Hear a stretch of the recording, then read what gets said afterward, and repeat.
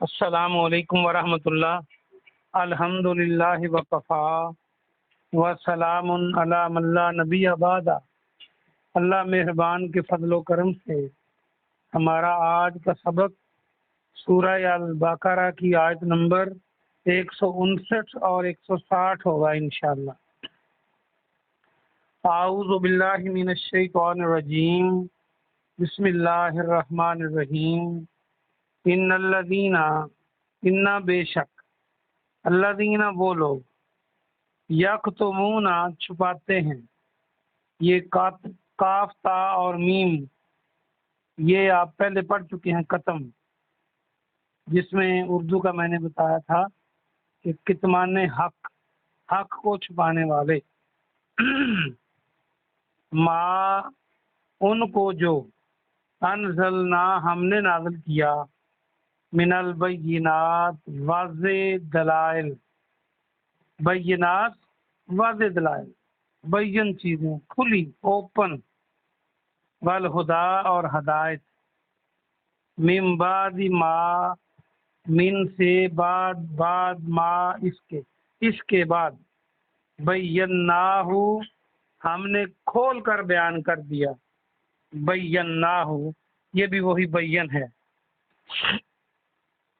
للناس لوگوں کے لیے، فی الکتاب کتاب میں، اولئک یہی وہ لوگ یلعنہم اللہ جن پر لعنت کرتا ہے اللہ، یلعنہم ہم ان پر، اور یا کے معنی وہ سے مراد اللہ، اور لام عین اور نون لعن، اردو میں ہم لعن بھی بولتے ہیں اور لعنت بھی بولتے ہیں۔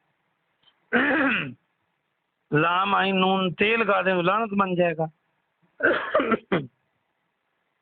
وَيَلْعَنُهُمُ اللَّائِنُونَ اور لعنت کرتے ہیں ان پر لعنت کرنے والے،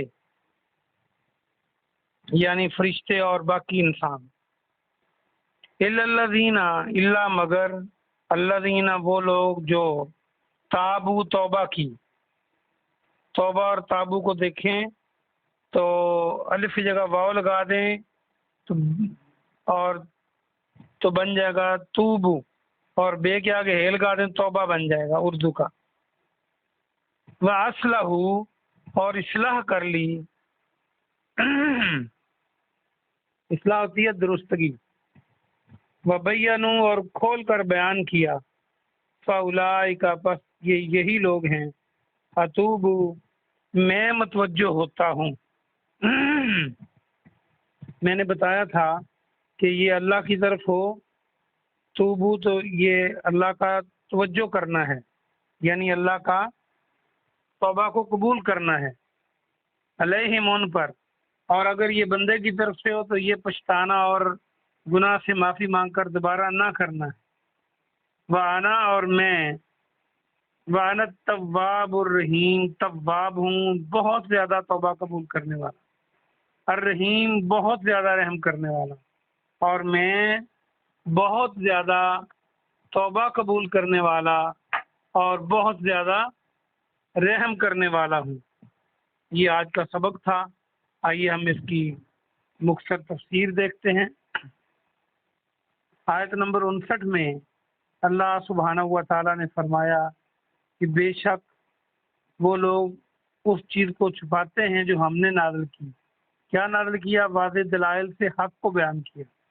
جو ہم نے حق بیان کیا اور واضح اور کھلا حق بیان کیا اور ہدایت کی باتیں نازل کی، جو لوگ اس کو چھپاتے ہیں بعد اس کے کہ ہم نے انہیں لوگوں کے لیے کھول کے بیان کر دیا ہے۔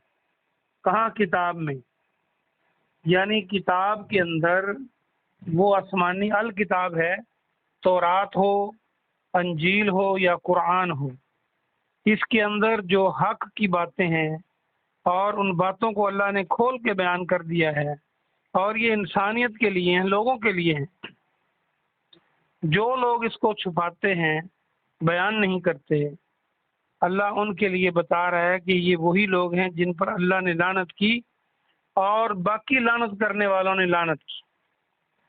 اب اس میں اصل تو یہ یہود کا کردار بتایا جا رہا ہے کہ ان کے علماء نے سب سے پہلے تو یہ کیا کہ جو اللہ کی کتاب تھی اس کو عام لوگوں کو پڑھنے نہیں دیا، اس کے علم کو اپنے پاس رکھنے کی کوشش کی تاکہ ان کی چدراہٹ قائم رہے، لوگ ان کے محتاج رہیں اور جو بھی مسئلہ ہو لوگ پوچھیں انہی سے آئیں۔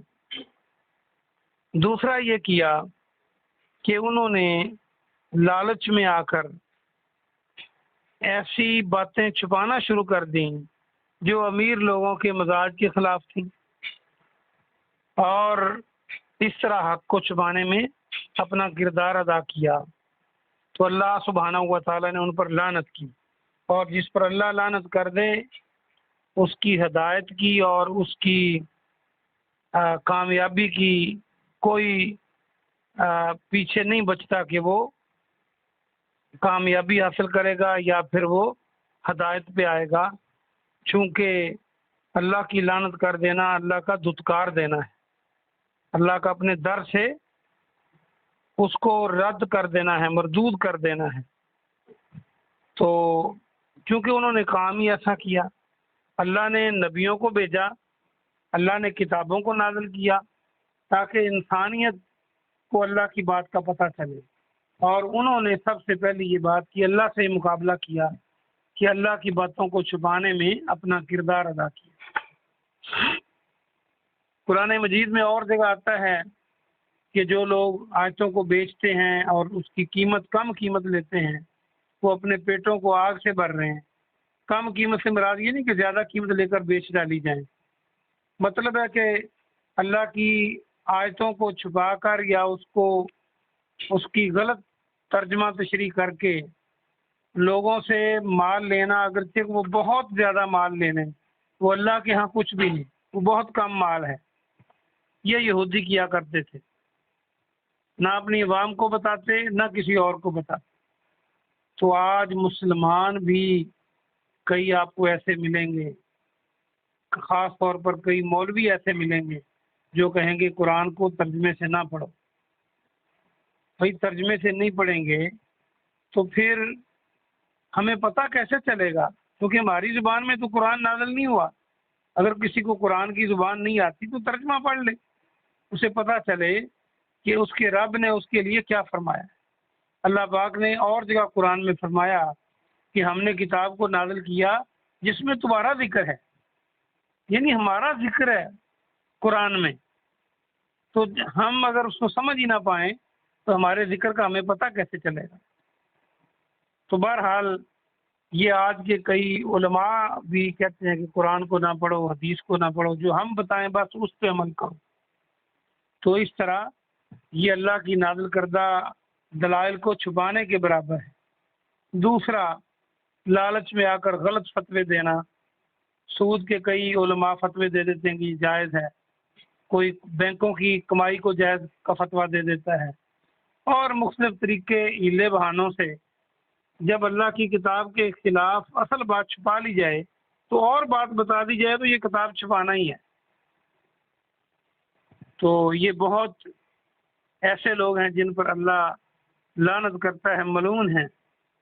آگے فرمایا کہ مگر وہ لوگ جنہوں نے توبہ کی، یعنی جو لوگ جنہوں نے کوئی غلطی کی تھی، اللہ کی باتوں کو چھپایا تھا، لیکن مرنے سے پہلے اگر انہوں نے توبہ کر لی، اللہ کی طرف رجوع کیا، اور اکیلی توبہ نہیں ہے، دوسرا اس میں یہ ہے وَأَصْلَحُوا، اور اپنی اصلاح کر لی، اپنے آپ کو ٹھیک کر لیا، توبہ بھی کی اور نیکسٹ وہ کام برا نہیں کیا۔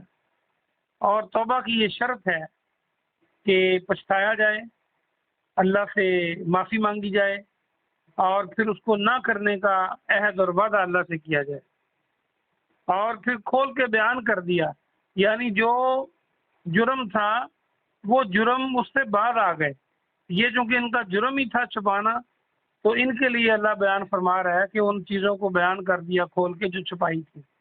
اگر کسی اور گناہ کی توبہ ہوگی تو یعنی زبان سے کہہ دیا توبہ، بس جی میری توبہ یا اللہ، اٹھتے بیٹھتے توبہ توبہ کرتے رہے، توبہ کی تسبیح نکال لی زبان سے، اس کا کوئی فائدہ نہیں۔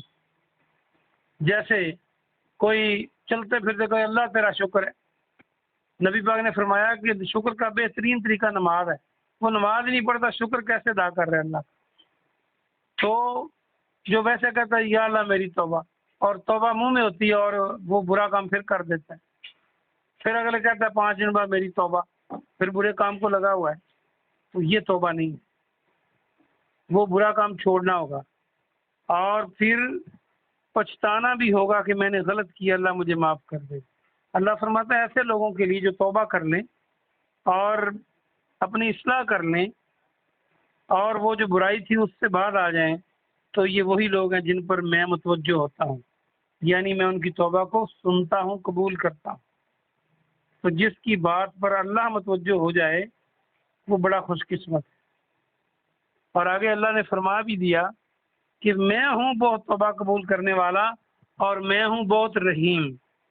اب دیکھیے دنیا کے اندر اگر اولاد ایک غلطی کرے، 2 4 10 20 بار کرے، تو والدین سے بڑھ کے کوئی محبت نہیں کرتا اپنی اولاد کے ساتھ۔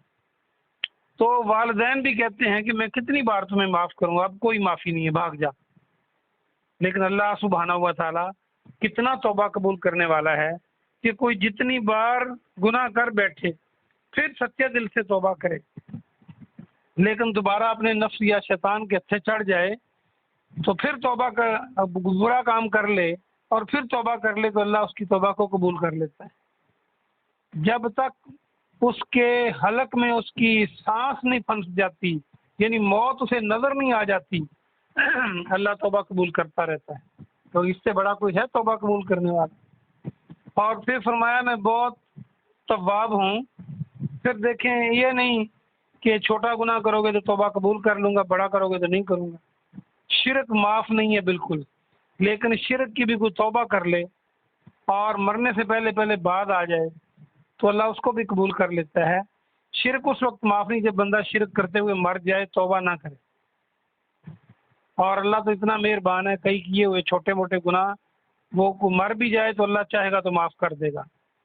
اور رحیم کتنا ہے کہ انسانوں کو دیتا ہے، جانوروں کو دیتا ہے، پرندوں چرندوں کو دیتا ہے، وہ مخلوقات جو نظر نہیں آتی ان کو دیتا ہے۔ پھر انسانوں میں سے وہ لوگ جو اس کے نبیوں کو قتل کرتے تھے، وہ لوگ جو اپنے آپ کو رب کہلواتے تھے، اللہ کا مقابلہ کرتے تھے، ان کو بھی دیتا ہے۔ اس سے بڑھ کے اور رحیم ہونے کی کیا مثال ہو سکتی ہے؟ ہم دیکھیں اپنے مخالف بندے کے ساتھ کیا کرتے ہیں، لیکن جو اللہ کو نعوذ باللہ گالیاں نکالتے ہیں، جو اللہ کو برا بھلا کہتے ہیں، جو اللہ کا مقابلہ کرتے ہیں، اللہ کے ساتھ شریک خود بنتے ہیں یا شریک ٹھہراتے ہیں، اللہ ان کو بھی معاف کر دیتا ہے اگر وہ توبہ کر لیں، معافی مانگ لیں۔ تو اللہ اس قدر رحیم ہے۔ اللہ پاک سے ہم دعا کرتے ہیں کہ اللہ پاک اپنے رحیم ہونے کی وجہ سے ہمارے تمام گناہوں کو معاف فرمائے، اور ہم اپنے تمام گناہوں سے اللہ توبہ کرتے ہیں اور ہماری توبہ کو بھی قبول فرمائے، اور مرتے دم تک صراط مستقیم پہ رکھنا۔ آمین ثم آمین۔ کوئی سوال ہو کسی لائن سے تو آپ کر سکتے ہیں۔ سبحان ربک رب العزت عما یصفون وسلام علی المرسلین والحمد للہ رب العالمین۔